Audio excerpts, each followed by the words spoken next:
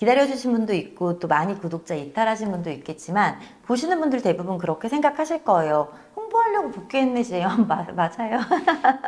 홍보하려고 복귀했죠. 못 본 사이에 늙었네. 그럼요. 나이가 40인데요. 안녕하세요. 정말 오랜만에 인사드립니다. 정혜지입니다. 제가 굉장히 오랜만에 카메라 앞에 서니까 좀 부끄럽고 쑥스럽고 하는데요. 지난 1년이 넘는 시간 동안 기다려주신 저희 구독자님들, 아무도 안 기다려온다요. 를 위해서 제가 왜 그동안 오랜 휴식기가 생길 수밖에 없었는지, 그리고 또 왜 다시 복귀를 하게 되었는지 이렇게 직접 말씀을 드리고 싶어서 오늘 영상 촬영을 하게 되었어요. 자, 미리 말씀드리지만 매우 긴 영상이 될 거기 때문에 지루함 미리 예고드리고요. 다들 아시겠지만 저는 신차, 그리고 중고차, 그리고 렌트카 할 것 없이 정말로 맨 밑바닥에서부터 영업을 배워서 시작을 해서 신차 에이전시 운영도 해보고 중고차 상사도 직접 운영을 해보고 렌트카 업체도 운영을 했었는데, 신차는 이미 사실 전자약정이라는 게 많이 보급화가 되면서 법인이 아니고서는 고객을 직접 만나서 계약서를 쓰거나, 사실은 출고도 보통 뭐 BM이면 BM, 뭐 벤츠면 벤츠 딜러들이 많이 가기 때문에 사실 컴퓨터 앞에 있는 시간이나 전화로 일을 하는 업무의 비중이 훨씬 더 많았었고, 이제 뭐 단기 렌트나 사고 대차 같은 경우에는 솔직히 여자가 하기에는 굉장히 쉽지 않은 일이었어요. 새벽 배차가 걸릴 때도 있고 GPS를 달아놔도 차를 한 2대 정도를 잃어버리고 나니까 사실은 너무 힘들기도 했고, 뭐 어쨌든 여러 가지 이유로 저한테는 직접 사람을 보고 만나고 또 얘기를 하는 중고차 쪽이 굉장히 잘 맞았다고 생각을 했기 때문에 제일 주력으로 일을 해왔고, 또 그래서 유튜브 차 골라주는 예쁜 누나도 제 중고차 법인명과 동일하게 차 골라주는 예쁜 누나라는 유튜브 네이밍이 된 거였었어요.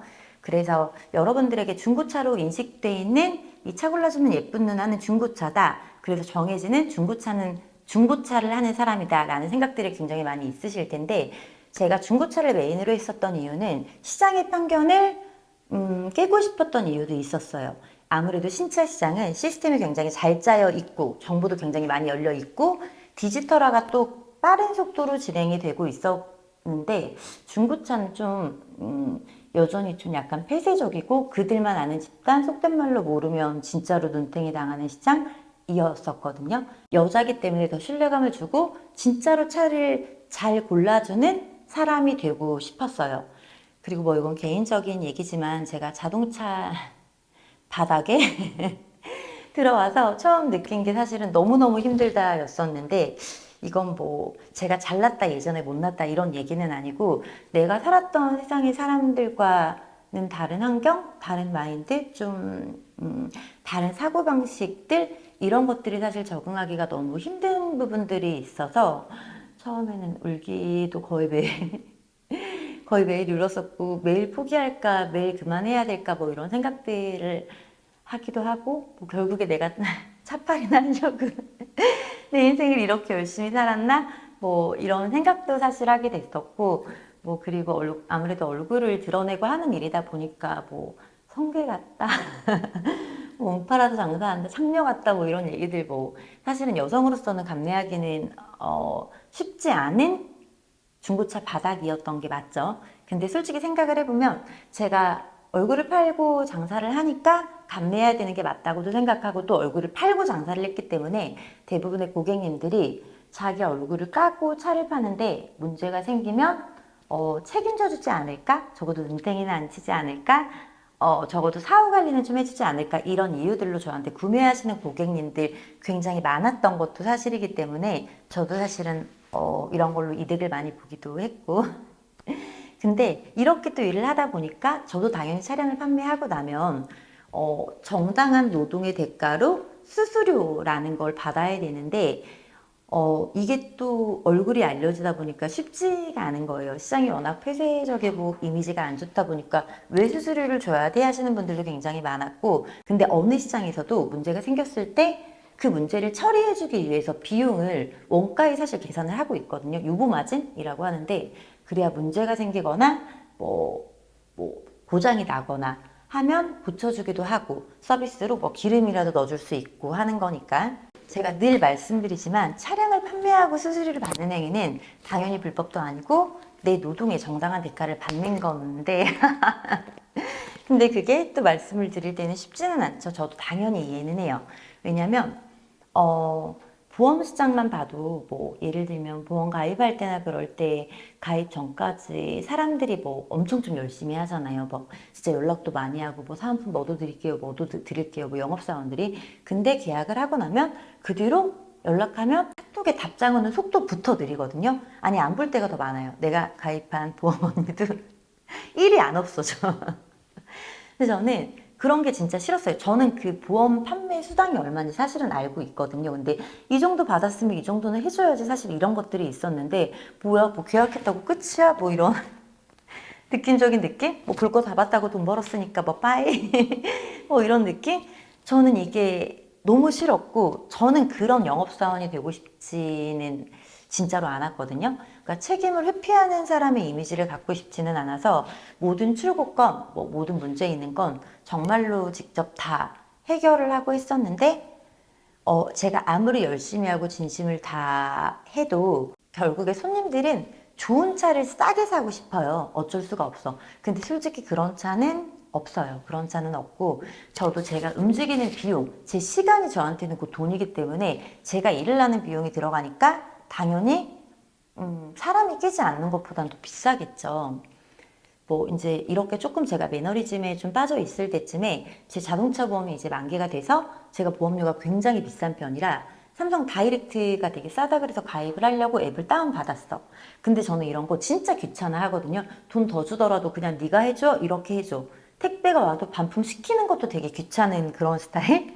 남들이 인터넷 뱅킹 쓸 때 혼자 텔레뱅킹 쓰고 남들이 정말로 다들 이렇게 시대를 앞서 나가는 걸 할 때 굉장히 기계나 뭐 이런 면에서 뒤처져 있는 사람이었는데 뭐 상황적인 면에서 좀 싸게 가입을 하려고 처음 다이렉트 앱을 받아서 가입을 해봤어. 근데 이게 너무 쉬운 거야. 근데 또 이게 엄청 싼 거야. 내가 왜 이런 걸 놔두고 굳이 비싸게 그동안 사람들한테 이렇게까지 비싸게 가입을 했지? 이런 생각이 드는 거예요. 그리고 나도 아이러니하게도 나도 차팔인데 나 보험팔이들 말 진짜 안 믿거든? 죄송해요. 진짜 사람들이 차팔이를 못 믿는 이유를 알 것 같은 거예요. 나도 보험팔이, 폰팔이를 못 믿는데 내가 아무리 정직한 차팔이라고 사람들이 나를 믿어야 되는 게 당연한 거야? 그건 아닌 것 같은 거예요. 그래서 다이렉트 보험처럼 딜러가 없이 자동차를 직접 판매하는 어플이 있으면 굉장히 좋겠구나. 이런 생각들을 하다가 제가 이제 신문사 인터뷰 때도 정직한 플랫폼을 만들고 싶다. 이런 인터뷰를 한 적이 있었거든요. 뭐 그러다 보니까 여기저기 기사 보고 연락했다, 투자해주겠다, 같이 만들어 보자 이런 제안들이 오면서 기존 중고차 관련 앱들을 다 봤어요. 뭐 다들 아시는 헤이딜러, SK 엔카, KB 차차차 제일 유명하죠. 많은 어플들을 보고 참고하고 공부를 하면서 고객이 직접 오지 않고 하부도 보고 성능도 보고 다 확인할 수 있는 어떤 이런 시스템을 VR로 실현시키면 가능하겠다라고 생각을 했는데 이게 정말 돈인 거예요. 이 많은 매물들을 그렇게 실현시키는 게 솔직히 말하면 중고차는 사람을 아예 배제한 시스템 자체를 구현하는 게 굉장히 어렵거든요. 대기업처럼 하다 못해 타다가 치를 나는 환불을 드려요. 이런 저희 같은 영세업자들한테는 굉장히 어려운 일이고 왜냐면 차량의 대금이 문제가 아니라 저희도 똑같이 취등록 내고 또 받아올 때 또 취등록 내고 돈이 굉장히 많이 들거든요. 또 실제로 친한 분들 중에는 차 안 보고 네가 가져다 줘, 네가 확인하고 줘 이러신 분들도 있는데 실제로 차 받고 나면 잔기스나 가죽 해진 같은 거 너무 개인차가 있기 때문에 조금 고객 입장에서는 100% 만족하기도 쉽지도 않고 그렇다고 이미 엔카나 차차차 같이 매물을 올리는 앱을 만드는 건 의미가 없고 헤이딜러 같은 시스템은 이미 업계에서 너무 막강하게 자리를 잡은 상태였고 그래서 중고차로는 사람을 완전히 배제한 시스템을 구현해서 기존에 있는 앱들을 이기는 걸 만들기는 굉장히 쉽지 않겠다라고 생각을 하다가 제가 이제 처음에 자동차 관련된 회사에 처음 입사했던 대표님이 계셨어요. 많은 분들이 제가 중고차만 한다고 생각을 하시는데 저는 신차부터 일을 시작했기 때문에 이 신차 리스트 견적을 자동으로 만드는 견적 시스템을 개발했으니까 유튜브나 한번 찍어줄래? 저한테 그러시더라고요. 그래서 진짜 리스 딜러들 아시겠지만 예전에는 금융사에서 매달 견적서 받아서 하나하나 견적 내고 제일 저렴한 데 거 손님들한테 쭉 정리해서 보내주고, 근데 이게 시간이 굉장히 오래 걸리거든요. 이 영상을 찍기 전에 조금 공부를 하고 찍어야 되겠다라고 생각을 해서 신차 어플들을 하나씩 다 받아보기 시작했어요. 근데 이게 결국에는 상담을 남기래, 이름을 남기고 번호를 남기래. 남겼더니 영업사원이 전화를 하는 거야. 근데 소규모 에이전시에서 이 정도의 고객 DB량을 소화를 절대로 못할 거거든요. 그럼 외부에 돈 받고 DB를 팔겠죠, 솔직히. 근데 신차도 중고차도 제가 그래서 많은 미팅들을 하고 많은 회의들을 하고 답을 못 찾고 매너리즘에 정말 많이 빠져 있을 때, 결국에 플랫폼을 만들 거면 신차로 가야 된다. 차량을 실제로 타보지 않고 구매가 가능한 게 신차였고, 이걸 정말로 저렴하고 정말로 빠르게 안전하게만 출고할 수 있는 방법이 있으면 성공할 수 있겠다라고 생각을 했어요. 그래서 처음 이 신차 쪽 리스 렌트 일을 알려주셨던 대표님, 그분이 사실 제가 중고차 할 때도 굉장히 차도 많이 보내주시고 저한테 도움을 많이 주셨는데, 일단 전화를 했지. 근데 대표님이 먼저 플랫폼 얘기를 하는 거야. 혜지, 언제까지 차 팔아서 수당 남겨먹는 건 장사다, 사업은 아니다. 영업사원이 언제까지 개인 번호로 전화하는 그런 시대 지금은 아니다. 시대는 변하고 플랫폼이 대세고 기존에 없는 새로운 시스템에 뭔가를 해야 된다. 결국은 우리 위주가 아니라 정말로 소비자 위주가 돼야 살아남는 게 맞는 거거든요.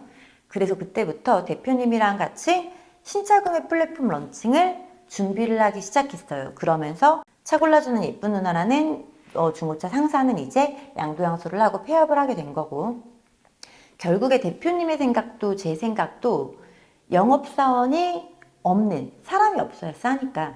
그래서 가격이 저렴할 수밖에 없고, 누구한테 상담을 받아도 가격이 똑같은, 얘한테 견적받고 쟤한테 견적받았는데 금액이 다 틀려. 이게 무슨 의미가 있죠?